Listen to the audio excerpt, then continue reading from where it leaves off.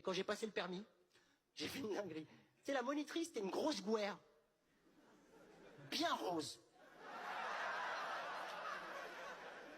Tu la mets au rayon charcuterie, tu passes, tu la vois même pas, regarde.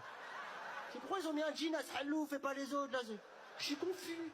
Je suis confus.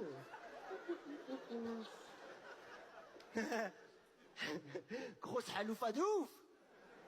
Haloufa de ça. Et Zahama, cette monitrice d'auto-école, elle aimait pas ma façon de conduire. Alors que j'avais une voiture depuis que j'avais 14 ans. Bon là, que mon frère m'a vendu, au lieu de me dire conduis pas. En me rajoutant, je t'ai fait un tarot.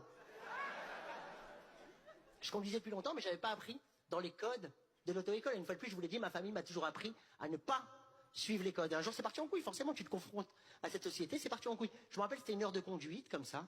Une belle journée. En pleine campagne, comme ça. Et elle m'a stressé, l'autre halloufo. Toutes les 30 secondes, elle me disait, vous roulez trop à droite. Arrêtez de rouler à droite. Oh là là, il serre encore à droite. Moi, je parlais pas. Juste à un moment donné, dans ma tête, j'ai dit, redis une fois à droite. Elle l'a redit. Frère, sans réfléchir, j'ai braqué le volant et j'ai foncé dans un champ de maïs, mais longtemps.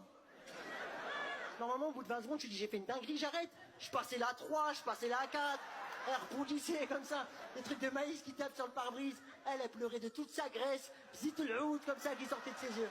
Et moi, j'étais genouné, frère. Genouné. Je criais des trucs de ouf en conduisant. Je disais, personne t'entendra ici. Personne. C'est toi et moi.